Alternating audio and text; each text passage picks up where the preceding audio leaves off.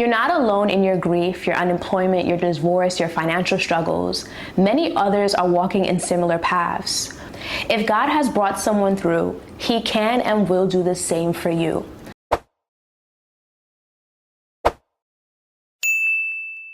Hey everyone, welcome back or welcome to my channel. My name is Dwen Sandori, and here on YouTube I share faith-based content, including powerful revelations from God, personal testimonies, and I even sprinkle in some lifestyle content. New videos drop every other Thursday, so if this sounds like something you are interested in, please hit the subscribe button and let's journey along together. So in today's episode, we are going to be talking about the power of praying for others. It's so easy for us to get wrapped in our own desires from God that we tend to overlook the fact that we are not the only ones in trying situations. And our text from today comes from the book of Job.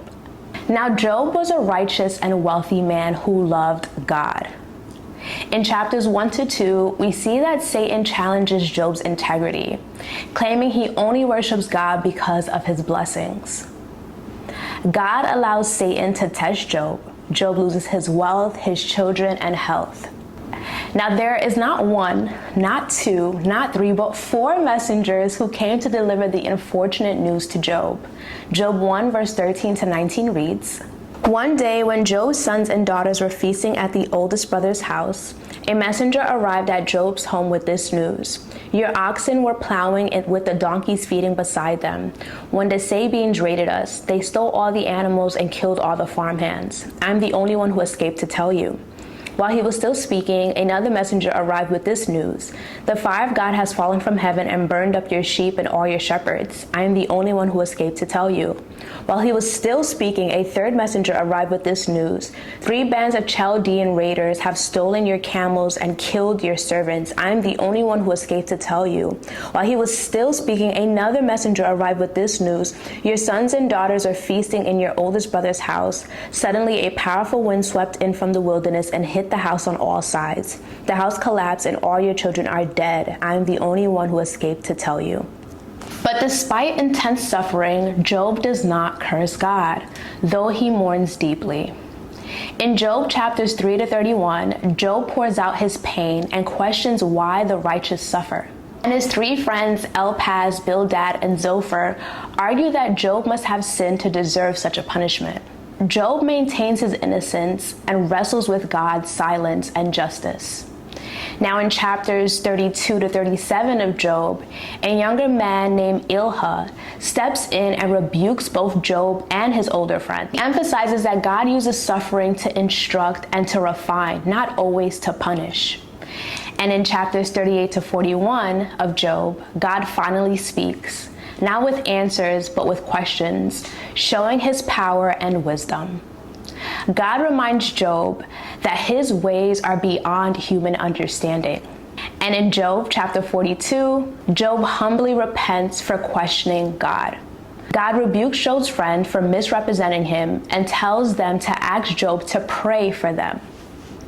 Can you imagine being in the midst of grief, suffering, and mourning, and God asks you to pray for someone else instead of receiving prayers for yourself? But look at what happens next. Job 42 verse 10 reads, "When Job prayed for his friends, the Lord restored his fortunes. In fact, the Lord gave him twice as much as before." Now imagine how much God would like to bless you, but what might be blocking those blessings are your self-centered prayers. When you don't pray for your friends, your spouse, or even strangers you pass by every day, and instead focus on only ourselves, we miss out on something powerful. Just think about how much better the world would be if we prayed for everything, prayed for what others were going through, and lifted up the struggles of our friends and family. It's really that simple. When you start praying for others, you begin to see your own situation change instantly because you're aligning your will with God's will. You're not alone in your grief, your unemployment, your divorce, your financial struggles. Many others are walking in similar paths. We share our testimonies to encourage those who have faced or will face some challenges or similar challenges. If God has brought someone through, He can and will do the same for you.